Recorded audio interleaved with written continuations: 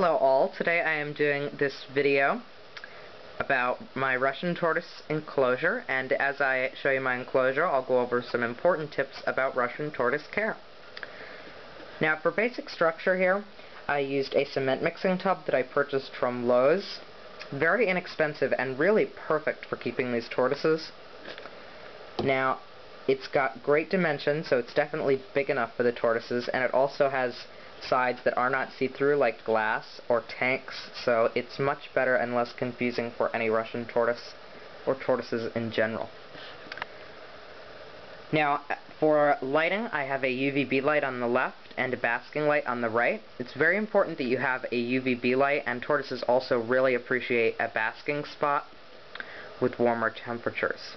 So for your Russian tortoise, you're going to want to make sure you have both those lighting fixtures. You can use the dome lights like I have here. I always advise that they have the ceramic tops. As a substrate here, I use a mix of cocoa fiber, cocoa husk, as well as a bit of reptibark. The barkier substrates are okay to use in my experience because they help keep the dust down and out of the tortoise's eyes. And the real important consideration with Russian tortoises is that the substrate is something they can burrow in.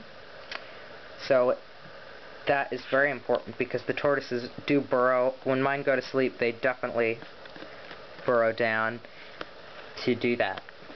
Now it's important that you do have enough substrate too for them to burrow. I have about 2.5 inches in here. That way they can really get into the substrate.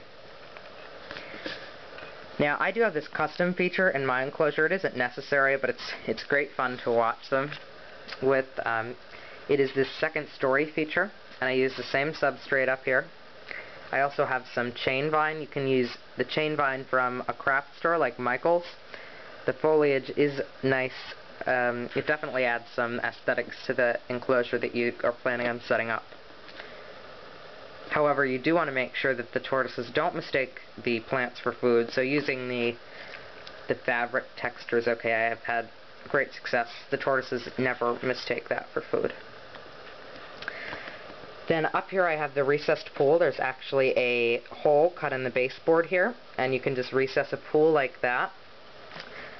And that's nice for the tortoises because they can climb right in and out. I also have a cuddle bone up here that helps boost calcium. And this is just basic craft fence attached to the side here, and that works great as a way to keep them from tumbling off the top there. And the foliage, again, works well. Here's some chain vine. You can see you can cut that to the right dimensions, hang that. For any reptile or animal enclosure, the chain vine works pretty great. Now for a ramp here, I have just craft wood, and I wrapped it in hemp twine, so that gives them something to grip to climb up. That works pretty well. Now throughout the enclosure I use little rocks, little pieces of foliage, just to make it more aesthetically pleasing for both myself and the tortoises. Then it is also important that you use a hide for the tortoises. They do like to have a place to take cover. I have the half log hide here. It's definitely large enough for the tortoises to climb through. They can also climb up the half log, and they do that sometimes in my enclosure. Then I also have a terracotta pot back here, and in the picture it actually looks pretty small, but it's a good size. A tortoise can climb through there, or in there rather. And in the terracotta pot as a substrate, I use some Bermuda grass that allows them to take a quick snack even if I'm not here to feed them. Then to the left of the terracotta pot, I used a little bit of driftwood. That just gives them something to climb on and again boosts aesthetics. So these tortoises may seem like something that just wants to crawl along the substrate, but they do like to burrow and climb. Now, this is my first food dish. Here is my second. I have both a male and female in this enclosure, and they love to spend time together. They sleep next to each other. It's very cute. But just to diminish the chances that there would ever be any aggression or territorial feelings, I do have them eating in separate areas. She's actually kind of sitting in her food dish now. Now, I feed a mix of different greens. You can feed collard greens, kale, spring mix, field greens, some carrots mixed in. That's okay. As a treat, you can use fruit. I fed some cantaloupe recently, but that has to be rare because it's relatively high in sugar. And then on top of their food, I do use a bit of the Bermuda grass as well, and that works pretty well. It's really designed for animals like rodents, but it's designed as a substrate, but it really works well. You can feed in larger volumes if you do mix in some of the Bermuda grass or Timothy hay. And then on top of all that, I use a little spray of calcium supplement, and that works great to help boost calcium. That, in addition to a cuddle bone, really makes sure that your tortoise is staying healthy with the right amount of calcium. Now, the other thing that I do for my tortoises to keep them hydrated is I soak them once or twice weekly. I just soak both of them at the same time in a fairly large-sized Tupperware container or a storage bin here. And you just soak them in fresh water, and that helps keep them hydrated. And they also may use the bathroom at that time. That helps keep your enclosure a bit cleaner. So here I have my female. I'll show you my guys here. This is Ms. Shell. She's a real cutie.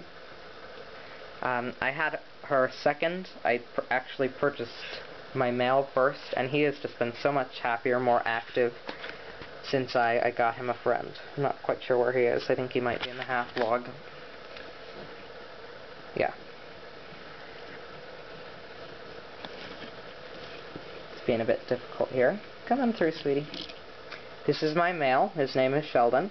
You can see that his color is quite a bit darker. He's also a bit larger. He has a greater mass there. Now, when you keep two tortoises, it's always important to keep a male and a female, or two females. Two males can be a bit aggressive. And real quick here, I'll just show you how to sex them. This is my female, Miss Shell. You can see that her tail is quite a bit shorter there. Her shell also kind of curves at the back end there. And that's in comparison to a male, like Sheldon here. I'll let him walk through before I pick him up. You can see that his tail is quite a bit longer, to the point where it actually has to be wrapped. So that isn't 100% accurate, but it's a fairly accurate and simple way to sex tortoises, like the Russians here. So you do want to make sure that you're not keeping two males. And if you do keep two tortoises, you're going to want to have a couple of food dishes, a couple of hides, and plenty of space. This definitely has enough space, particularly when you consider the floor space up here added by the second story. So that is pretty much it for Russian tortoise care and my enclosure. And they're definitely fun and rewarding to keep, so I enjoy these guys quite a bit. Thank you for watching.